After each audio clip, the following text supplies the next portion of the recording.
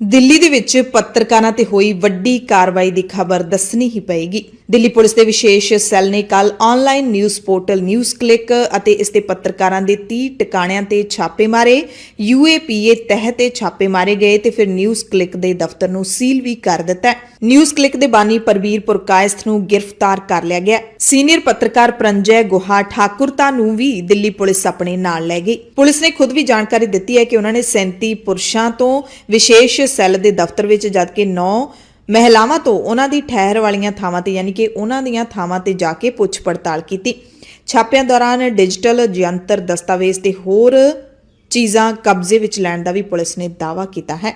News portal ਦੇ ਖਿਲਾਫ ਇਹ ਕਿਹਾ ਗਿਆ ਹੈ ਕਿ ਉਸ ਵੱਲੋਂ ਪੈਸੇ ਲੈ ਕੇ ਚੀਨ ਪੱਖੀ ਪ੍ਰੋਪੇਗੰਡਾ ਕੀਤਾ ਜਾ ਰਿਹਾ ਸੀ। ਇਸ ਤੋਂ ਇਲਾਵਾ ਉਰਮਿਲੇਸ਼ ਤੇ ਅਭਿਸਾਰ ਸ਼ਰਮਾ ਸਣੇ ਕੁਝ ਪੱਤਰਕਾਰਾਂ ਨੂੰ ਪੁੱਛ ਪੜਤਾਲ ਦੇ ਲਈ ਲੋਧੀ ਰੋਡ ਸਥਿਤ ਵਿਸ਼ੇਸ਼ ਸੈੱਲ ਦਫ਼ਤਰ ਵੀ ਲਿਜਾਇਆ ਗਿਆ। ਨਿਊਜ਼ ਕਲਿੱਕ ਦੇ ਬਾਨੀ ਤੋਂ ਇਲਾਵਾ ਮਨੁੱਖੀ ਵਸੀਲਾ ਵਿਭਾਗ ਦੇ ਮੁਖੀ ਅਮਿਤ ਚੱਕਰਵਰਤੀ ਨੂੰ ਵੀ ਗ੍ਰਿਫਤਾਰ ਕੀਤਾ ਗਿਆ ਹੈ। ਉਰਮਿਲੇਸ਼ ਤੇ ਅਭਿਸਾਰ ਸ਼ਰਮਾ ਸਣੇ ਹੋਰ ਪੱਤਰਕਾਰਾਂ ਤੋਂ 6 ਘੰਟਿਆਂ ਦੇ ਕਰੀਬ ਪੁੱਛ ਪੜਤਾਲ ਹੋਈ ਹੈ ਅਤੇ ਇਸ ਪੁੱਛ ਪੜਤਾਲ ਦੀ ਇਹਨਾਂ ਛਾਪਿਆਂ ਦੀ ਕੌਮਾਂਤਰੀ ਸੰਸਥਾਵਾਂ ਨੇ ਨਿਖੇਧੀ ਕੀਤੀ ਹੈ। ਪੁੱਛਗਿੱਛ ਤੋਂ ਬਾਅਦ ਜਦੋਂ ਸੀਨੀਅਰ ਪੱਤਰਕਾਰ ਪ੍ਰੰਜੈ ਗੁਹਾ ਠਾਕੁਰਤਾ ਨੂੰ ਵਾਪਸ ਭੇਜਿਆ ਗਿਆ, ਉਹਨਾਂ ਨੇ ਜੋ ਕੁਝ ਮੀਡੀਆ ਨੂੰ ਦੱਸਿਆ ਉਹ ਤੁਹਾਨੂੰ ਸੁਣਾਉਂਦੇ ਹਾਂ। ਉਹ ਕਹਿ ਰਹੇ ਨੇ ਕਿ ਮੈਨੂੰ ਤੜਕੇ ਪੁਲਿਸ ਲੈ ਗਈ ਸੀ ਅਤੇ ਲਗਾਤਾਰ ਕਈ ਘੰਟੇ ਪੁੱਛ ਪੜਤਾਲ ਕਰਨ ਤੋਂ ਬਾਅਦ ਰਾਤ ਨੂੰ ਛੱਡਿਆ। ਵਾਰੀ-ਵਾਰੀ ਉਹੀ ਸਵਾਲ ਪੁੱਛਦੇ ਰਹੇ।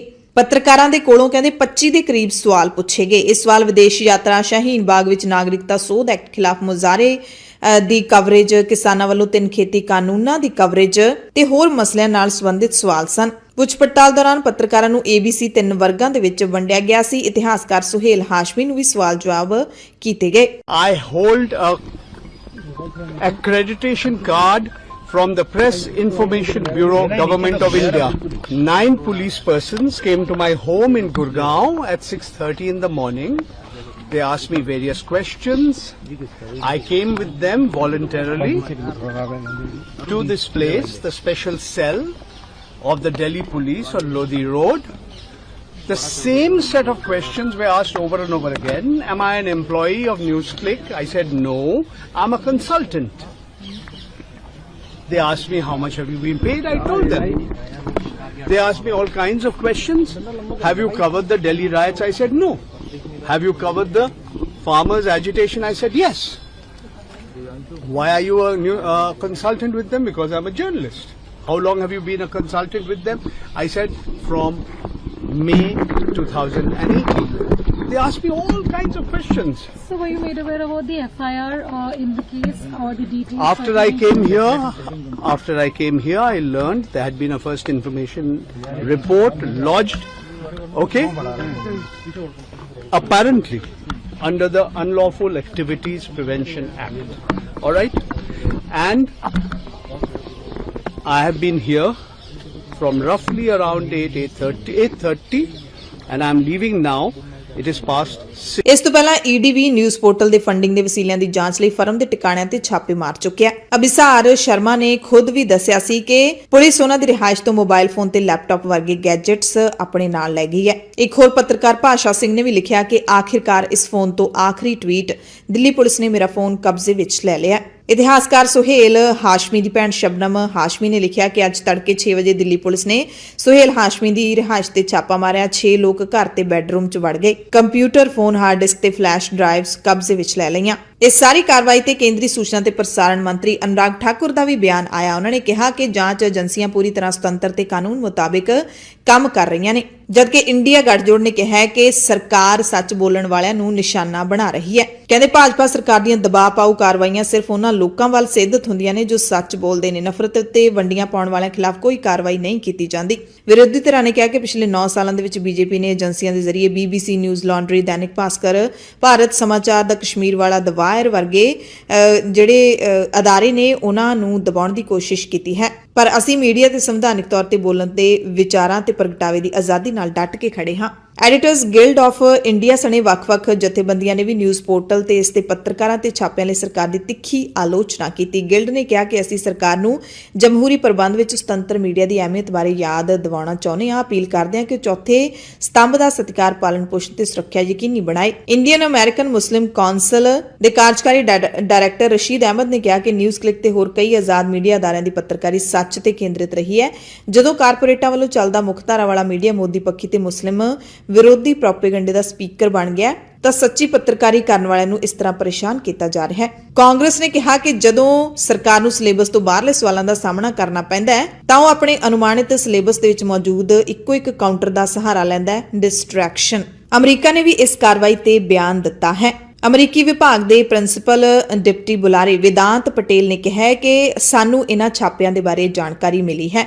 ਅਸੀਂ ਹਮੇਸ਼ਾ ਪ੍ਰੈਸ ਦੀ ਆਜ਼ਾਦੀ ਦੇ ਹਮਾਇਤੀ ਹਾਂ। ਅਸੀਂ ਚਾਹੁੰਦੇ ਹਾਂ ਕਿ ਮੀਡੀਆ ਗਲੋਬਲੀ ਆਜ਼ਾਦ ਹੋਣਾ ਚਾਹੀਦਾ ਹੈ। ਵਿਦਾਂਤ ਨੇ ਕਿਹਾ ਕਿ ਅਸੀਂ ਭਾਰਤ ਸਰਕਾਰ ਦੇ ਨਾਲ ਇਸ ਬਾਰੇ ਗੱਲਬਾਤ ਕਰਨ ਦੇ ਇੱਛੁਕ ਹਾਂ। We are aware of those concerns and have seen that reporting about this outlet's ties to the PRC, but we can't comment yet on the veracity of those claims.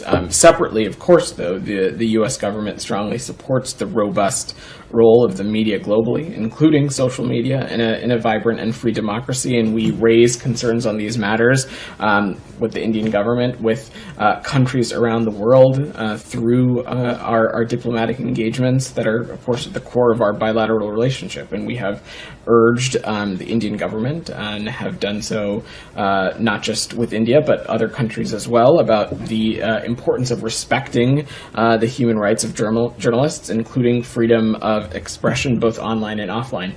I don't have additional information, Simon, though, about this particular circumstance or any of the underlying issues that may or may not be related to this outlet. Punjab ਦੇ ਵਿੱਚ ਵੀ CPI liberation Mansa ਤੇ ਸਰਵ ਭਾਰਤੀ ਪ੍ਰਗਤੀਸ਼ੀਲ ਲੇਖਕ ਸੰਘ ਨੇ ਇਹਨਾਂ ਪੱਤਰਕਾਰਾਂ ਦੀ ਗ੍ਰਿਫਤਾਰੀ ਅਤੇ UAPA ਲਾਉਣ ਦਾ ਸਖਤ ਵਿਰੋਧ ਕੀਤਾ ਹੈ। ਪੰਜਾਬ ਦੇ ਰਾਜਪਾਲ ਬਨਵਾਰੀ ਲਾਲ ਪੁਰੋਹਿਤ ਅੱਜ ਤੋਂ ਸਰਹੱਦੀ ਜ਼ਿਲ੍ਹਿਆਂ ਦਾ 3 ਦਿਨਾਂ ਦੌਰਾ ਸ਼ੁਰੂ ਕਰਨਗੇ। ਇਸ ਦੌਰੇ ਦੌਰਾਨ ਰਾਜਪਾਲ ਪਠਾਨਕੋਟ, ਗੁਰਦਾਸਪੁਰ, ਗੁਰੂ ਕੀ ਨਗਰੀ ਅੰਮ੍ਰਿਤਸਰ, ਤਰਨਤਾਰਨ, ਫਿਰੋਜ਼ਪੁਰ ਤੇ ਫਾਜ਼ਿਲਕਾ ਦੇ ਵਿੱਚ ਲੋਕਾਂ ਦੇ ਨਾਲ ਗੱਲਬਾਤ ਕਰਨਗੇ। ਇਸ ਤੋਂ ਪਹਿਲਾਂ ਵੀ 2 ਵਾਰੀ ਰਾਜਪਾਲ ਪੰਜਾਬ ਦੇ ਸਰਹੱਦੀ ਜ਼ਿਲ੍ਹਿਆਂ ਦਾ ਦੌਰਾ ਕਰ ਚੁੱਕੇ ਨੇ। ਇਸ ਦਰਮਿਆਨ ਉਹਨਾਂ ਨੇ ਸੂਬਾ ਸਰਕਾਰ ਤੇ ਖਾਸ ਕਰਕੇ ਨਸ਼ਿਆਂ ਦੇ ਮੁੱਦਿਆਂ ਨੂੰ ਲੈ ਕੇ ਤਿੱਖੇ ਨਿਸ਼ਾਨੇ ਲਾਏ ਸਨ ਤੇ ਵੱਡੇ ਖੁਲਾਸੇ ਵੀ ਕੀਤੇ ਸਨ। 21 ਜੂਨ ਨੂੰ ਉਹਨਾਂ ਨੇ ਪੰਜਾਬ ਸਰਕਾਰ ਦਾ ਹੈਲੀਕਾਪਟਰ ਨਾ ਵਰਤਣ ਦਾ ਐਲਾਨ ਕਰ ਦਿੱਤਾ ਸੀ, ਕਿਉਂਕਿ ਮੁੱਖ ਮੰਤਰੀ ਭਗਵੰਤ ਮਾਨ ਨੇ ਕਿਹਾ ਸੀ ਕਿ ਰਾਜਪਾਲ ਹੈਲੀਕਾਪਟਰ ਤਾਂ ਸੂਬਾ ਸਰਕਾਰ ਦਾ ਵਰਤਦੇ ਨੇ ਤੇ ਆਲੋਚਨਾ ਵੀ ਸੂਬਾ ਸਰਕਾਰ ਦੀ ਕਰਦੇ ਨੇ। ਸੋ ਜ਼ਾਹਿਰ ਤੌਰ ਤੇ ਰਾਜਪਾਲ ਪੰਜਾਬ ਸਰਕਾਰ ਦੇ ਹੈਲੀਕਾਪਟਰ ਦੀ ਵਰਤੋਂ ਨਹੀਂ ਕਰਨਗੇ। ਜਦੋਂ ਰਾਜਪਾਲ ਨੇ ਪਹਿਲਾ ਦੌਰਾ ਕੀਤਾ ਸੀ ਤਾਂ ਮੁੱਖ ਮੰਤਰੀ ਭਗਵੰਤ ਮਾਨ ਵੀ ਉਹਨਾਂ ਦੇ ਨਾਲ ਗਏ ਸਨ, ਪਰ ਹੁਣ ਰਿਸ਼ਤੇ ਹਾਲਾਤ ਸੁਖਾਵੇਂ ਨਹੀਂ ਰਹੇ। ਉਧਰ ਮੁੱਖ ਮੰਤਰੀ ਭਗਵੰਤ ਮਾਨ ਨੇ ਕੱਲ ਕਰਜ਼ੇ ਦਾ ਸਾਰਾ ਹਿਸਾਬ ਕਿਤਾਬ ਵੀ ਰਾਜਪਾਲ ਨੂੰ ਚਿੱਠੀ ਲਿਖ ਕੇ ਦੇ ਦਿੱਤਾ ਹੈ। ਸਾਰਾ ਲੇਖਾ ਜੋਖਾ ਦਿੰਦਿਆਂ ਉਹਨਾਂ ਨੇ ਕਰਜ਼ੇ ਦਾ ਵੇਰਵਾ ਦਿੱਤਾ ਹੈ। ਫਿਰ ਇਹ ਵੀ ਦੱਸਿਆ ਕਿ ਕਿੱਥੇ-ਕਿੱਥੇ ਉਹ ਪੈਸਾ ਵਰਤ ਰਹੇ ਨੇ ਤੇ ਫਿਰ ਇਹ ਵੀ ਦੱਸਿਆ ਹੈ ਕਿ ਇਹ ਕਰਜ਼ਾ ਉਹਨਾਂ ਦੇ ਸਿਰ ਕਿਉਂ ਚੜਿਆ ਹੈ। ਨਾਲ ਇਹ ਵੀ ਸਲਾਹ ਦੇ ਦਿੱਤੀ ਕਿ ਹੁਣ ਤੁਸੀਂ ਉਹਨਾਂ ਤੋਂ ਵੀ ਹਿਸਾਬ ਮੰਗ ਲਿਓ ਜਿਹੜੇ 3 ਲੱਖ ਕਰੋੜ ਦਾ ਕਰਜ਼ਾ ਪਹਿਲਾਂ ਹੀ ਪੰਜਾਬ ਦੇ ਸਿਰ ਛੱਡ ਕੇ ਗਏ ਸੀ ਜਦੋਂ ਸਾਡੀ ਸਰਕਾਰ ਬਣੀ ਸੀ। ਤੇ ਨਾਲ ਹੀ ਸੀਐਮ ਨੇ ਰਾਜਪਾਲ ਪੁਰੋਹਿਤ ਨੂੰ ਲਿਖੀ ਚਿੱਠੀ ਦੇ ਵਿੱਚ ਮੰਗ ਰੱਖੀ ਹੈ ਕਿ ਰਾਜਪਾਲ ਸਾਹਿਬ ਕੇਂਦਰ ਸਰਕਾਰ ਤੋਂ ਪੰਜਾਬ ਦੇ ਕਰਜ਼ੇ ਦੀ ਅਦਾਇਗੀ ਹੈ ਜਿਹੜੀ ਉਹਨਾਂ ਨੂੰ 5 ਸਾਲਾਂ ਦੇ ਲਈ ਰੁਕਵਾ ਦੇਣ। ਪਰ ਪੁਰਾਣਾ ਰਿਕਾਰਡ ਦੇਖ ਕੇ ਲੱਗਦਾ ਨਹੀਂ ਕਿ ਮੁੱਖ ਮੰਤਰੀ ਭਗਵੰਤ ਮਾਨ ਦੀ ਇਹ ਮੰਗ ਮੰਨੀ ਜਾਊਗੀ। ਖਾੜਕੂਵਾਦ ਦੇ ਦੌਰ ਵੇਲੇ ਸਭ ਤੋਂ ਵੱਧ ਹੋਇਆ ਸੀ ਪੰਜਾਬ ਕਰਜ਼ਈ। 1980 ਤੋਂ 93 ਤੱਕ ਪੰਜਾਬ ਸਿਰ 38,000 ਕਰੋੜ ਦਾ ਕਰਜ਼ਾ ਚੜਿਆ ਸੀ। ਸ਼੍ਰੋਮਣੀ ਅਕਾਲੀ ਦਲ ਤੇ ਕਾਂਗਰਸ ਦੀਆਂ ਸਰਕਾਰਾਂ ਵਾਰੀ-ਵਾਰੀ ਕੇਂਦਰ ਸਰਕਾਰ ਕੋਲੇ ਇਹ ਮੁੱਦਾ ਚੁੱਕ ਹਟੀਆਂ ਨੇ, ਜਿਸ ਤੋਂ ਬਾਅਦ ਕੇਂਦਰ ਸਰਕਾਰ ਨੇ 2 ਕਿਸ਼ਤਾਂ ਵਿੱਚ 6772 ਕਰੋੜ ਰੁਪਏ ਮਾਫ ਕਰ ਦਿੱਤੇ ਸੀ, ਪਰ ਅਦਾਇਗੀ ਤੇ ਕੋਈ ਰੋਕ ਨਹੀਂ ਲਾਈ ਸੀ ਤੇ ਜਿਹੜੇ ਮਾਫ ਕੀਤੇ ਗਏ ਸੀ ਉਹ ਵੀ ਬਹੁਤ ਹੀ ਨਿਗੂਣੀ ਰਾਸ਼ੀ ਹੈ। ਜਦਕਿ ਖਾੜਕੂਵਾਦ ਦੇ ਦੌਰ ਵੇਲੇ ਪੰਜਾਬ ਦੇ ਵਿੱਚ ਜਿਹੜੀਆਂ ਕੇਂਦਰੀ ਫੋਰਸਾਂ ਤੈਨਾਤ ਕੀਤੀਆਂ ਗਈਆਂ ਸੀ ਉਹਨਾਂ ਕਰਕੇ ਹੀ ਜ਼ਿਆਦਾ ਖਰਚਾ ਹੋਇਆ ਸੀ। ਪੰਜਾਬ ਦੇ ਵਿੱਚ ਜਿੰਨਾ ਚਿਰ ਫੋਰਸਾਂ ਰਹੀਆਂ ਉਹਦਾ ਸਾਰਾ ਖਰਚਾ ਪੰਜਾਬ ਸਰਕਾਰ ਨੂੰ ਕਰਜ਼ੇ ਲੈ ਤਾਰਨਾ ਪਿਆ ਸੀ। ਤੇ ਮੁੱਖ ਮੰਤਰੀ ਭਗਵੰਤ ਮਾਨ ਨੇ ਜਿਹੜੀ ਚਿੱਠੀ ਲਿਖੀ ਹੈ ਉਹਦੇ ਵਿੱਚ ਉਹਨਾਂ ਨੇ ਰਾਜਪਾਲ ਸਾਹਿਬ ਨੂੰ ਦੱਸਿਆ ਹੈ ਕਿ 47,107 ਕਰੋੜ ਦਾ ਅਸੀਂ ਹੁਣ ਤੱਕ ਕਰਜ਼ਾ ਲਿਆ ਹੈ, ਜਿਹਦੇ ਵਿੱਚੋਂ 57% ਤਾਂ ਕਰਜ਼ਾ ਲਾਇਆ ਹੈ। 27,016 ਕਰੋੜ ਤਾਂ ਪਿਛਲੀਆਂ ਸਰਕਾਰਾਂ ਵੱਲੋਂ ਚੁੱਕੇ ਗਏ ਕਰਜ਼ੇ ਦਾ ਵਿਆਜ ਤਾਰਨ ਦੇ ਲਈ ਅਸੀਂ ਖਰਚ ਦਿੱਤਾ ਹੈ। ਇਹਦੇ ਵਿੱਚ ਨਾਬਾਰਡ ਤੋਂ ਲਿਆ ਕਰਜ਼ਾ, ਬਾਜ਼ਾਰ ਦੇ ਵਿੱਚੋਂ ਲਿਆ ਕਰਜ਼ਾ ਸ਼ਾਮਲ ਨੇ। ਤੇ ਮੁੱਖ ਮੰਤਰੀ ਨੇ ਕਰਜ਼ੇ ਦੀ ਰਕਮ ਨੂੰ ਅੱਗੇ ਪੰਜਾਬ ਦੇ ਵਿੱਚ ਇਨਵੈਸਟ ਕਰਨ ਦੇ ਅੰਕੜੇ ਦਿੰਦੇ ਹੋਏ ਵੀ ਰਾਜਪਾਲ ਨੂੰ ਦੱਸਿਆ ਕਿ ਸਾਡੀ ਸਰਕਾਰ 24 ਘੰਟੇ 7 ਦਿਨ ਕੰਮ ਕਰ ਰਹੀ ਹੈ ਤਾਂ ਕਿ ਵਿਕਾਸ ਤੇਜ਼ੀ ਨਾਲ ਹੋਵੇ। 2022-23 ਦੇ ਵਿੱਚ GST ਵਿੱਚ ਪਿਛਲੇ ਵਿੱਤੀ ਸਾਲ ਦੇ ਮੁਕਾਬਲੇ ਕਹਿੰਦੇ 16.5% ਤੋਂ ਵੱਧ ਵਾਧਾ ਹੋਇਆ ਹੈ। ਗੱਡੀਆਂ ਦੇ ਟੈਕਸ ਵਿੱਚ 13% ਵਾਧਾ ਹੋਇਆ ਹੈ। ਐਕਸਾਈਜ਼ 21-22 ਦੇ ਮੁਕਾਬਲੇ ਸਾਡੇ ਵੇਲੇ 22-23 ਦੇ ਵਿੱਚ 37% ਵਧਿਆ। ਸਟੈਂਪ ਤੇ ਰਜਿਸਟ੍ਰੇਸ਼ਨ ਦੇ ਵਿੱਚ ਕਹਿੰਦੇ 28% ਦਾ ਵਾਧਾ ਹੋਇਆ ਹੈ। ਅਖੀਰ ਦੇ ਵਿੱਚ ਮੁੱਖ ਮੰਤਰੀ ਨੇ ਇਹ ਵੀ ਕਿਹਾ ਹੈ ਕਿ ਮੈਨੂੰ ਉਮੀਦ ਹੈ ਇਹਨਾਂ ਅੰਕੜਿਆਂ ਤੋਂ ਤੁਹਾਨੂੰ ਪਤਾ ਲੱਗ ਗਿਆ ਹੋਊਗਾ ਕਿ ਸਾਡੀ ਸਰਕਾਰ ਕਰਜ਼ੇ ਦੀਆਂ ਚੁਣੌਤੀਆਂ ਦੇ ਨਾਲ ਕਿਸ ਕਦਰ ਸਾਹਮਣਾ ਕਰ ਰਹੀ ਹੈ। ਕਹਿੰਦੇ ਮੈਨੂੰ ਉਮੀਦ ਹੈ ਤੁਸੀਂ ਪ੍ਰਧਾਨ ਮੰਤਰੀ ਨਰਿੰਦਰ ਮੋਦੀ ਨੂੰ ਇਸ ਗੱਲ ਦਾ ਯਕੀਨ ਦਿਵਾਉਣ 'ਚ ਕਾਮਯਾਬ ਹੋਵੋਗੇ ਕਿ ਨਾ ਸਿਰਫ ਸੂਬਾ ਸਰਕਾਰ ਕਰਜ਼ਾ ਵਾਪਸ ਕਰ ਰਹੀ ਹੈ ਬਲਕਿ ਸੂਬੇ ਦੇ ਅਰਥਚਾਰੇ ਨੂੰ ਵੀ ਪਟੜੀ ਤੇ ਲਿਆਉਣ ਦੀ ਕੋਸ਼ਿਸ਼ ਕਰ ਰਹੀ ਹੈ ਤੇ ਇਹ ਸਾਰਾ ਕੁਝ ਅਸੀਂ 36,000 ਲੋਕਾਂ ਨੂੰ ਸਰਕਾਰੀ ਨੌਕਰੀਆਂ ਦੇਣ ਦੇ ਨਾਲ-ਨਾਲ ਕੀਤਾ ਹੈ। ਮੁੱਖ ਮੰਤਰੀ ਭਗਵੰਤ ਮਾਨ ਕੱਲ ਚਮਕੌਰ ਸਾਹਿਬ ਪਹੁੰਚੇ ਹੋਏ ਸਨ। ਪ੍ਰੈਸ ਕਾਨਫਰੰਸ ਦੇ ਵਿੱਚ ਵੀ ਉਹਨਾਂ ਨੇ ਇਹ ਗੱਲ ਕੀਤੀ ਤੇ ਕਿਹਾ ਕਿ ਚੰਗਾ ਹੁੰਦਾ ਜੇ ਰਾਜਪਾਲ ਕਰਜ਼ਾ ਚੜਾਉਣ ਵਾਲਿਆਂ ਤੋਂ ਵੀ ਹਿਸਾਬ ਮੰਗ ਲੈਂਦੇ। ਇੱਕ ਪੈਸੇ ਦਾ ਹਿਸਾਬ ਦਿੱਤਾ ਜੀ। ਗਵਰਨਰ ਸਾਹਿਬ ਨੇ ਮੰਗਿਆ ਕਿ ਕਿੰਨੇ ਪੈਸੇ ਪੁਰਾਣੇ ਵਿਆਜ ਦੇ ਭਰ ਰਹੇ ਹਾਂ, ਕਿੰਨੇ ਨਾਲ ਅਸੀਂ ਪਨਬੱਸ ਨੂੰ ਬੇਲ ਆਊਟ ਕੀਤਾ, ਕਿੰਨੇ ਨਾਲ ਅਸੀਂ ਕਿਹੜੇ ਮਹਿਕਮਿਆਂ ਨੂੰ ਜਿਹੜਾ ਉਹ ਲੀਹ ਤੇ ਲਿਆਂਦਾ ਜਿਹੜੇ ਪਹਿਲਾਂ ਡੋਬ ਗਏ ਸੀ ਇਹ, ਤੇ ਨਾਲ ਇਹ ਵੀ ਹੈ ਉਸ ਚਿੱਠੀ ਦੇ ਇੱਕ ਅਗਲੇ ਪੇਜ ਤੇ ਪੜ੍ਹਿਓ ਕਿ ਅਸੀਂ ਕਿੰਨੇ % ਸਾਡਾ ਰੈਵਨਿਊ ਵੱਧ ਗਿਆ, GST ਕਿੰਨੇ % ਵੱਧ ਗਿਆ, ਐਕਸਾਈਜ਼ ਕਿੰਨੇ % ਵੱਧ ਗਏ, ਅਸੀਂ ਰਜਿਸਟਰੀਆਂ 'ਚ ਰੈਵਨਿਊ ਜਿਹੜਾ ਕਚਹਿਰੀਆਂ ਵਾਲੀ ਰੈਵਨਿਊ ਉਹ 'ਚ ਅਸੀਂ ਕਿੰਨੇ % ਜ਼ਿਆਦਾ ਹੋ ਗਏ। ਸੋ ਸਟੇਟ ਜਿਹੜੀ ਹੈ ਹੁਣੇ ਪਰਸੋਂ ਹੀ ਖਬਰ ਆਈ ਹੈ ਕਿ ਅਸੀਂ ਹਰਿਆਣਾ ਤੋਂ 5,000 ਕਰੋੜ ਜ਼ਿਆਦਾ ਕਲੈਕਸ਼ਨ ਕੀਤੀ ਹੈ ਇੱਕ ਸਾਲ 'ਚ। ਹਾਲਾਂਕਿ ਹਰਿਆਣੇ ਕੋਲੇ ਗੁੜਗਾਉਂ ਫਰੀਦਾਬਾਦ ਵਰਗੇ ਵੱਡੇ ਸ਼ਹਿਰ ਨੇ ਜਿਹੜੇ ਬਹੁਤ ਵੱਡੀ ਕਲੈਕਸ਼ਨ ਦਿੰਦੇ ਨੇ, ਇੰਡਸਟਰੀਅਲ ਸਿਟੀ ਨੇ। ਸੋ 1-1 ਰੁਪਏ ਦਾ ਹਿਸਾਬ ਦੇਵਾਂਗੇ ਜੀ। ਮੈਨੂੰ ਖੁਸ਼ੀ ਹੈ ਗਵਰਨਰ ਸਾਹਿਬ ਨੇ ਮੇਰੇ ਤੋਂ ਹਿਸਾਬ ਮੰਗਿਆ। ਬੜਾ ਚੰਗਾ ਹੁੰਦਾ ਜੇ ਜਿਨ੍ਹਾਂ ਨੇ ਕਰਜ਼ਾ ਚਾੜਿਆ ਜੇ ਉਹਨਾਂ ਤੋਂ ਵੀ ਮੰਗ ਲੈਂਦੇ ਉਦੋਂ ਕਿ ਇਹ ਕਾਹਦੇ ਵਾਸਤੇ ਲਏ ਹੈ, ਆ 31,000 ਕਰੋੜ ਰੁਪਈਆ ਜਿਹੜਾ FCI ਦਾ ਸੀ ਉਹ ਕਾਹਦੇ ਵਾਸਤੇ ਲਿਆ। ਚਲੋ ਕੋਈ ਨਹੀਂ, ਮੈਨੂੰ ਚਿੱਠੀ ਲਿਖੀ ਹੈ, ਮੈਂ ਚਿੱਠੀ ਦਾ ਜਵਾਬ ਅੱਜ ਦੇਤਾ। ਭਾਰਤ ਕੈਨੇਡਾ ਤਣਾਅ ਦੀ ਗੱਲ ਕਰ ਲਈਏ ਤਾਂ ਭਾਰਤ ਦੇ ਵੱਲੋਂ ਕੈਨੇਡਾ ਦੇ ਖਿਲਾਫ ਤੀਜੀ ਕਾਰਵਾਈ ਕੀਤੇ ਜਾਣ ਤੋਂ ਬਾਅਦ ਕੈਨੇਡਾ ਦੇ ਪ੍ਰਧਾਨ ਮੰਤਰੀ ਜਸਟਿਨ ਟਰੂਡੋ ਦਾ ਬਿਆਨ ਵੀ ਸਾਹਮਣੇ ਆਇਆ ਹੈ। ਦਰਅਸਲ ਭਾਰਤ ਨੇ ਕੱਲ ਕੈਨੇਡਾ ਨੂੰ 10 ਅਕਤੂਬਰ ਤੱਕ ਭਾਰਤ ਵਿੱਚ ਮੌਜੂਦ ਆਪਣੇ 41 ਰਾਜਦੂਤ ਵਾਪਸ ਸੱਦਣ ਦੇ ਲਈ ਕਹਿ ਦਿੱਤਾ ਹੈ, ਜਿਸ ਤੋਂ ਬਾਅਦ ਜਸਟਿਨ ਟਰੂਡੋ ਨੇ ਕਿਹਾ ਕਿ ਅਸੀਂ ਭਾਰਤ ਨਾਲ ਰਿਸ਼ਤਿਆਂ ਦੀ ਸਥਿਤੀ ਨੂੰ ਹੋਰ ਨਹੀਂ ਵਿਗਾੜਨਾ ਚਾਹੁੰਦੇ, ਅਸੀਂ ਨਵੀਂ ਦਿੱਲੀ ਨਾਲ ਉਸਾਰੂ ਰਿਸ਼ਤੇ ਕਾਇਮ ਰੱਖਣਾ ਚਾਹੁੰਦੇ ਹਾਂ ਤੇ ਰੱਖਾਂਗੇ। ਆਟਵਾ ਦੇ ਵਿੱਚ ਮੀਡੀਆ ਨਾਲ ਗੱਲਬਾਤ ਕਰਦਿਆਂ ਟਰੂਡੋ ਨੇ ਕਿਹਾ ਕਿ ਕੈਨੇਡਾ ਦੇ ਲਈ ਇਹ ਮਹੱਤਵਪੂਰਨ ਹੈ ਕਿ ਉਹ ਭਾਰਤ ਵਿੱਚ ਆਪਣੇ ਡਿਪਲੋਮੈਟਾਂ ਦੀ ਮੌਜੂਦਗੀ ਬਰਕਰਾਰ ਰੱਖੇ। ਜ਼ਾਹਿਰ ਹੈ ਅਸੀਂ ਭਾਰਤ ਨਾਲ ਬੇਹੱਦ ਚੁਣੌਤੀਪੂਰਨ ਸਮਿਆਂ ਦੇ ਵਿੱਚੋਂ ਤੱਕ ਗੁਜ਼ਰ ਰਹੇ ਹਾਂ, ਪਰ ਅਸੀਂ ਉਸਾਰੂ ਰਿਸ਼ਤੇ ਨੇ ਜਿਹੜੇ ਉਹ ਕਾਇਮ ਰੱਖਣਾ ਚਾਹੁੰਦੇ ਹਾਂ। ਯਾਨੀ ਕਿ ਕੈਨੇਡਾ ਦੇ ਪ੍ਰਧਾਨ ਮੰਤਰੀ ਨੇ ਭਾਰਤ ਵੱਲੋਂ ਕੀਤੀ ਇਸ ਕਾਰਵਾਈ ਨੂੰ ਠੀਕ ਨਹੀਂ ਦੱਸਿਆ। ਟਰੂਡੋ ਨੇ ਸਪਸ਼ਟ ਕਿਹਾ ਹੈ ਕਿ ਭਾਰਤ ਵਿੱਚ ਵਸਦੇ ਕੈਨੇਡੀਅਨ ਪਰਿਵਾਰਾਂ ਦੀ ਜਿਹੜੀ ਮਦਦ ਹੈ ਉਹ ਅਸੀਂ ਇੰਡੀਆ ਦੇ ਵਿੱਚ ਕਰਦੇ ਰਹਿਣਾ ਚਾਹੁੰਦੇ ਹਾਂ। ਉਧਰ ਇੰਡੀਆ ਕੈਨੇਡਾ ਮਸਲੇ ਤੇ ਅਮਰੀਕੀ ਵਿਭਾਗ ਦੇ ਪ੍ਰਿੰਸੀਪਲ ਡਿਪਟੀ ਬੁਲਾਰੇ ਵਿਦਾਂਤ ਪਟੇਲ ਦਾ ਬਿਆਨ ਵੀ ਆਇਆ ਹੈ। ਉਹਨਾਂ ਨੇ ਫੇਰ ਕਿਹਾ ਹੈ ਕਿ ਕੈਨੇਡਾ ਦੇ ਪ੍ਰਧਾਨ ਮੰਤਰੀ ਜਸਟਿਨ ਟਰੂਡੋ ਦੇ ਵੱਲੋਂ ਜੋ ਇਲਜ਼ਾਮ ਲਾਏ ਗਏ ਨੇ ਉਹ ਡੂੰਘੀ ਚਿੰਤਾ ਦਾ ਵਿਸ਼ਾ ਨੇ ਤੇ ਅਸੀਂ ਉਹਦੇ ਨਾਲ ਪੂਰਾ ਕੰਸਰਨ ਰੱਖਦੇ ਹਾਂ। ਯਾਨੀ ਕਿ ਅਸੀਂ ਉਸ ਮਸਲੇ ਤੇ ਕੈਨੇਡਾ ਦੇ ਨਾਲ ਪੂਰੇ ਤਾਲਮੇਲ ਦੇ ਵਿੱਚ ਹਾਂ। ਅਸੀਂ ਚਾਹੁੰਦੇ ਹਾਂ ਕਿ ਨਿਆਂ ਹੋਣਾ ਚਾਹੀਦਾ ਹੈ ਅਤੇ ਅਸੀਂ ਫੇਰ ਭਾਰਤੀ ਸਰਕਾਰ ਨੂੰ ਕਹਿੰਦੇ ਹਾਂ ਕਿ ਕੈਨੇਡਾ ਦੀ ਜਿਹੜੀ ਜਾਂਚ ਚੱਲ ਰਹੀ ਹੈ ਉਹਦੇ ਵਿੱਚ ਭਾਰਤ ਸਰਕਾਰ ਸਹਿਯੋਗ ਕਰੇ। Both Matt and the secretary haven't spoke to already, I would say, in the number of times that has come up before the press in the past week or so. I would just reiterate again, we are and continue to be deeply concerned about the allegations referenced by Prime Minister Trudeau, and we remain in regular contact with our Canadian partners, and it's critical that Canada's investigation proceed and the perpetrators be brought to justice. We also have as we've previously said, publicly and privately urged the Indian government to cooperate in the Canadian investigation and cooperate in those efforts.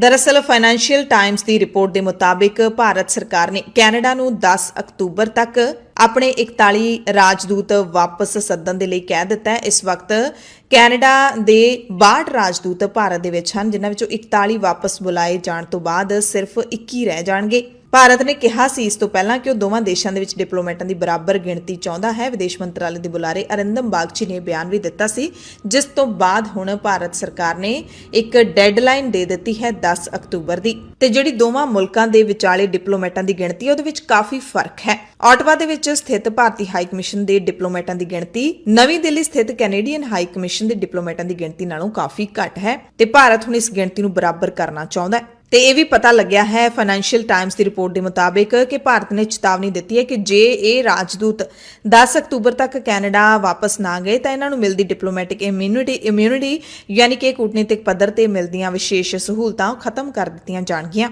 ਇਸ ਤੋਂ ਪਹਿਲਾਂ ਭਾਰਤ ਸਰਕਾਰ ਨੇ Canadian ਨਾਗਰਿਕਾਂ ਨੂੰ visa ਦੇਣਾ ਪਹਿਲਾਂ ਹੀ ਬੰਦ ਕੀਤਾ ਹੋਇਆ ਹੈ। ਵਾਰਿਸ ਪੰਜਾਬ ਦੇ ਜਥੇਬੰਦੀ ਦੇ ਮੁਖੀ ਅੰਮ੍ਰਿਤਪਾਲ ਸਿੰਘ ਅਤੇ ਉਹਨਾਂ ਦੇ ਸਾਥੀਆਂ ਨੇ ਅਸਾਮ ਦੀ ਡਿਬਰੂਗੜ੍ਹ ਜੇਲ੍ਹ ਦੇ ਵਿੱਚ ਫਿਰ ਤੋਂ ਭੁੱਖ ਹੜਤਾਲ ਸ਼ੁਰੂ ਕਰ ਦਿੱਤੀ ਹੈ ਤੇ ਇਹ ਵੀ ਪਤਾ ਲੱਗਿਆ ਕਿ ਅੰਮ੍ਰਿਤਪਾਲ ਸਿੰਘ ਦੀ ਪਤਨੀ ਕਿਰਨਦੀਪ ਕੌਰ ਨੇ ਵੀ ਪਤੀ ਦੀ ਹਮਾਇਤ ਵਿੱਚ ਜੇਲ੍ਹ ਦੇ ਨੇੜੇ ਭੁੱਖ ਹੜਤਾਲ ਕਰ ਦਿੱਤੀ ਹੈ। ਭੁੱਖ ਹੜਤਾਲ ਦੀ ਪੁਸ਼ਟੀ ਅੰਮ੍ਰਿਤਪਾਲ ਸਿੰਘ ਦੇ ਵਕੀਲ ਇਮਾਨ ਸਿੰਘ ਖਾਰਾ ਅਤੇ ਉਹਨਾਂ ਦੀ ਮਾਤਾ ਨੇ ਕੀਤੀ ਹੈ। ਦੋਵਾਂ ਦੇ ਸੋਸ਼ਲ ਮੀਡੀਆ ਦੇ ਉੱਤੇ ਬਿਆਨ ਵਾਇਰਲ ਹੋ ਰਹੇ ਨੇ ਤੇ ਐਤਕੀ ਭੁੱਖ ਹੜਤਾਲ ਜੇਲ੍ਹ ਪ੍ਰਸ਼ਾਸਨ ਦੇ ਖਿਲਾਫ ਨਹੀਂ ਬਲਕਿ ਅੰਮ੍ਰਿਤਸਰ ਦੇ ਡੀਸੀ ਦੇ ਖਿਲਾਫ ਹੈ ਕਿਉਂਕਿ ਉਹਨਾਂ ਦੇ ਮੁਤਾਬਿਕ ਅੰਮ੍ਰਿਤਪਾਲ ਸਿੰਘ ਦੇ ਵੱਲੋਂ ਚੁਣੇ ਹੋਏ ਵਕੀਲ ਨੂੰ ਜੇਲ੍ਹ ਦੇ ਵਿੱਚ ਅੰਮ੍ਰਿਤਪਾਲ ਸਿੰਘ ਹੁਣਾਂ ਦੇ ਨਾਲ ਮੀਟਿੰਗ ਨਹੀਂ ਕਰਨ ਦਿੱਤੀ ਜਾ ਰਹੀ, ਮਿਲਣ ਨਹੀਂ ਦਿੱਤਾ ਜਾ ਰਿਹਾ। ਪਤਨੀ ਕਿਰਨਦੀਪ ਕੌਰ ਨੇ ਦੱਸਿਆ ਕਿ ਅੰਮ੍ਰਿਤਪਾਲ ਤੇ ਉਸਦੇ ਸਾਥੀਆਂ ਨੂੰ ਉਹਨਾਂ ਦੇ ਵਕੀਲ ਰਾਜਦੇਵ ਦੇ ਨਾਲ ਹੀ ਹੁਣ ਮਿਲਣ ਨਹੀਂ ਦਿੱਤਾ ਜਾ ਰਿਹਾ, ਜਦਕਿ ਇਹ ਹਰੇਕ ਮੁਲਜ਼ਮ ਦਾ ਪੂਰਾ ਹੱਕ ਹੁੰਦਾ ਹੈ ਤੇ ਇਸ ਤਰ੍ਹਾਂ ਹੁੰਦੇ ਨੂੰ 5 ਦਿਨ ਬੀਤ ਗਏ ਨੇ। ਅੰਮ੍ਰਿਤਪਾਲ ਸਿੰਘ ਨੇ 28 ਸਤੰਬਰ ਨੂੰ ਅੰਮ੍ਰਿਤਸਰ ਦੇ ਡੀਸੀ ਨੂੰ ਲੈ ਕੇ ਇੱਕ ਚਿੱਠੀ ਵੀ ਲਿਖੀ ਸੀ। ਸੁਪਰਡੈਂਟ ਨੂੰ ਲਿਖੀ ਚਿੱਠੀ ਵਿੱਚ ਅੰਮ੍ਰਿਤਪਾਲ ਨੇ ਕਿਹਾ ਕਿ ਅੰਮ੍ਰਿਤਸਰ ਦਾ ਡੀਸੀ ਆਪਣੀ ਤਾਕਤ ਦੀ ਗਲਤ ਵਰਤੋਂ ਕਰ ਰਿਹਾ ਹੈ, ਵਕੀਲ ਰਾਜਦੇਵ ਸਿੰਘ ਖਾਲਸਾ ਨੂੰ ਮਿਲਣ ਦੀ ਇਜਾਜ਼ਤ ਨਹੀਂ ਦੇ ਰਿਹਾ, ਜਦਕਿ ਵਕੀਲ ਨੇ ਸਾਰੀਆਂ ਸ਼ਰਤਾਂ ਪੂਰੀਆਂ ਕਰ ਲਈਆਂ ਨੇ ਤੇ ਹੁਣ ਉਹਨਾਂ ਦੇ ਸੰਵਿਧਾਨਕ ਅਧਿਕਾਰਾਂ ਦੀ ਅਣਦੇਖੀ ਕੀਤੀ ਜਾ ਰਹੀ ਹੈ। ਇੱਕ ਹੋਰ ਵਕੀਲ ਇਮਾਨ ਸਿੰਘ ਖਾਰਾ ਨੇ ਕੀ ਕਿਹਾ ਹੈ ਉਹ ਵੀ ਸੁਣ ਲੈਂਦੇ ਆ। ਮੈਨੂੰ ਹੁਣੇ ਜੋ ਸੈਂਟਰਲ ਜੇਲ੍ਹ ਦਿਬੜੂਗੜ੍ਹ ਵਿੱਚੋਂ ਭਾਈ ਅੰਮ੍ਰਿਤਪਾਲ ਸਿੰਘ ਦਾ ਜੋ ਅਫੀਸ਼ੀਅਲ ਟੈਲੀਫੋਨ ਹੈ ਜੇਲ੍ਹ ਦਾ, ਉਸ ਤੋਂ ਫੋਨ ਆਇਆ ਤੇ ਇਹ ਦੱਸਿਆ ਗਿਆ ਵੀ ਜਿੰਨੇ ਵੀ ਆਗੂ ਨੇ ਵਾਰਿਸ ਪੰਜਾਬ ਦੇ ਜਥੇਬੰਦੀ ਦੇ ਦਿਬੜੂਗੜ੍ਹ ਜੇਲ੍ਹ ਵਿਖੇ ਉਹਨਾਂ ਨੇ ਜੋ ਅੱਜ ਤੋਂ ਜੋ ਹੰਗਰ ਸਟ੍ਰਾਈਕ ਦਾ ਐਲਾਨ ਕੀਤਾ ਹੈ, ਉਹ ਜੋ ਪੰਜਾਬ ਸਰਕਾਰ ਦੇ ਥੱਲੇ ਕੰਮ ਕਰਨ ਵਾਲਾ ਅੰਮ੍ਰਿਤਸਰ ਸਾਹਿਬ ਦਾ ਜੋ ਡੀਸੀ ਹੈ, ਉਹਨਾਂ ਦੀਆਂ ਕੁਝੀਆਂ ਹਰਕਤਾਂ ਤੋਂ ਤੰਗ ਆ ਕੇ ਜੋ ਵਾਰਿਸ ਪੰਜਾਬ ਦੇ ਜੋ ਆਗੂ ਨੇ ਉਹਨਾਂ ਨੂੰ ਇਹ ਸਾਰਾ ਕੁਝ ਕਰਨਾ ਪਿਆ ਉੱਥੇ ਜੇਲ੍ਹ ਦੇ ਵਿੱਚ, ਜੋ ਉਹਨਾਂ ਦੇ ਜੋ ਮਨੁੱਖੀ ਅਧਿਕਾਰਾਂ ਦੀ ਉਲੰਘਣਾ ਹੋ ਰਹੀ ਹੈ ਜੇਲ੍ਹ ਦੇ ਵਿੱਚ। ਪਹਿਲੀ ਗੱਲ, ਜੋ ਵਾਰਿਸ ਪੰਜਾਬ ਦੇ ਜਥੇਬੰਦੀ ਵੱਲੋਂ ਜਿੰਨੇ ਵੀ ਕੇਸ ਨੇ ਨੌਜਵਾਨਾਂ ਤੇ, ਉਹ ਵੱਖ-ਵੱਖ ਵਕੀਲਾਂ ਵਿੱਚ ਜੋ ਸੇਵਾ ਲਾਈ ਹੋਈ ਹੈ, ਵੱਖ-ਵੱਖ ਜ਼ਿਲ੍ਹਿਆਂ ਵਿੱਚ ਕੇਸ ਬਹੁਤ ਜ਼ਿਆਦਾ, ਤਾਂ ਉਹਨਾਂ ਕੇਸਾਂ ਦੇ ਬਾਬਤ ਜੋ ਵਕੀਲ ਸਾਹਿਬਾਨਾਂ ਨੂੰ ਉੱਥੇ ਜੇਲ੍ਹ ਵਿੱਚ ਉਹਨਾਂ ਨੂੰ ਮਿਲ ਨਹੀਂ ਦਿੱਤਾ ਜਾਂਦਾ। ਜੋ ਪੰਜਾਬ ਸਰਕਾਰ, ਆਮ ਆਦਮੀ ਪਾਰਟੀ ਦੀ ਸਰਕਾਰ ਹੈ, ਉਹ ਚਾਹੁੰਦੀ ਹੈ ਵੀ ਜਿੰਨੇ ਨੌਜਵਾਨ ਨੇ ਜੋ ਦਿਬੜੂਗੜ੍ਹ ਵਿਖੇ ਨੇ ਉਹਨਾਂ ਦੇ ਕੇਸਾਂ ਦੀ ਪੈਰਵਾਈ ਨਾ ਹੋਵੇ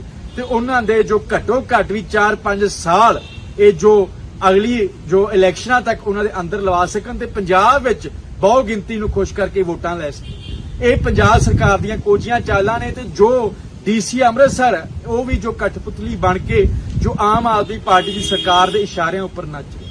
ਉਹ ਜੋ ਜੇਲ੍ਹ ਪ੍ਰਸ਼ਾਸਨ ਅਸਾਮ ਦਾ, ਉੱਥੇ ਵੀ ਸਾਥ ਨਹੀਂ ਦਿੱਤਾ ਜਾ ਰਿਹਾ। ਜਿੰਨੇ ਆਗੂ ਨੇ ਵਾਰਿਸ ਪੰਜਾਬ ਦੇ ਜਥੇਬੰਦੀ, ਉਹਨਾਂ 'ਚ ਪਹਿਲਾਂ ਜੋ ਗੱਲ ਸ਼ੁਰੂ ਹੋਈ ਸੀ, ਉਹਨਾਂ ਨੂੰ ਜਾਣ ਕੇ ਤੰਬਾਕੂ ਵਾਲਾ ਜੋ ਰੋਟੀ ਪਾਣੀ ਦਿੱਤਾ ਜਾਂਦਾ ਸੀ, ਫਿਰ ਉਹਨਾਂ ਦੇ ਉੱਪਰ ਜੋ ਉਹਨਾਂ ਨੂੰ ਤੰਗ ਪਰੇਸ਼ਾਨ ਅੰਦਰ ਕੀਤਾ ਗਿਆ। ਪ੍ਰਧਾਨ ਮੰਤਰੀ ਬਾਜੇਕੀ ਦੀ ਵੀਡੀਓ ਆ ਗਈ, ਮਾਨਸਿਕ ਤੌਰ ਤੇ ਉਹਨਾਂ ਦੀ ਜੋ ਫਿਜ਼ੀਕਲ ਹੈਲਥ ਆ ਉਸ ਨੂੰ ਖਰਾਬ ਕਰਨ ਦੇ ਲਈ ਉਹ ਉਹਨਾਂ ਨੂੰ ਅੰਦਰ ਤੰਗ ਪਰੇਸ਼ਾਨ ਕੀਤਾ ਜਾਂਦਾ ਸੀ। ਉਹ ਚਾਹੁੰਦੇ ਸੀ ਵੀ ਉਹਨਾਂ ਨੂੰ ਕੁਝ ਹੋ ਜਾਵੇ ਤੇ ਉਹ ਬਾਹਰ ਨਾ ਆ ਸਕੇ। ਪ੍ਰਧਾਨ ਮੰਤਰੀ ਬਾਜੇਕੀ ਦੀ ਵੀਡੀਓ ਆਈ ਤੇ ਹੁਣ ਮੈਨੂੰ ਜੋ ਜੇਲ੍ਹ ਵਿੱਚੋਂ ਫੋਨ ਕਰਕੇ ਇਹ ਜਾਣਕਾਰੀ ਦਿੱਤੀ ਗਈ ਹੈ ਵੀ ਉਹ ਹੰਗਰ ਸਟ੍ਰਾਈਕ ਤੇ ਨੇ।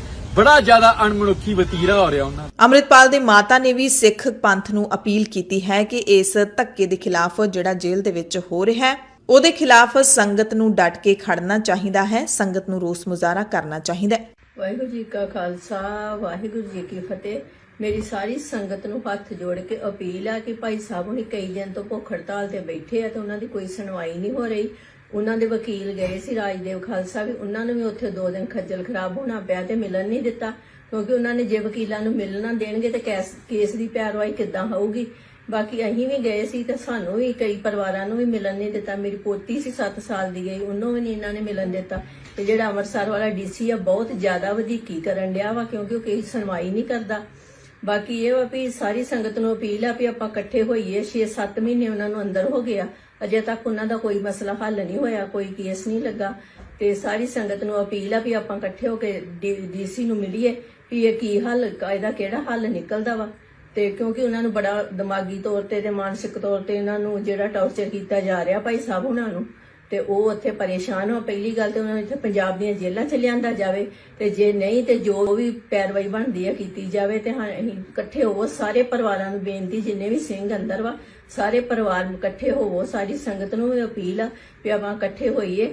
ਪੰਥ ਦਾ ਕੰਮ ਸੀ ਤੇ ਪੰਥ ਦੇ ਕੰਮ ਲਈ ਭਾਈ ਸਾਹਿਬ ਤੁਰੇ ਸੀ, ਤੇ ਕਰਕੇ ਇਕੱਠੇ ਹੋ ਕੇ ਤੇ ਜੋ ਇਹਦਾ ਹੱਲ ਨਿਕਲਦਾ ਉਹ ਕੱਢੀਏ ਤੇ ਡੀਸੀ ਨੂੰ ਮਿਲੀਏ।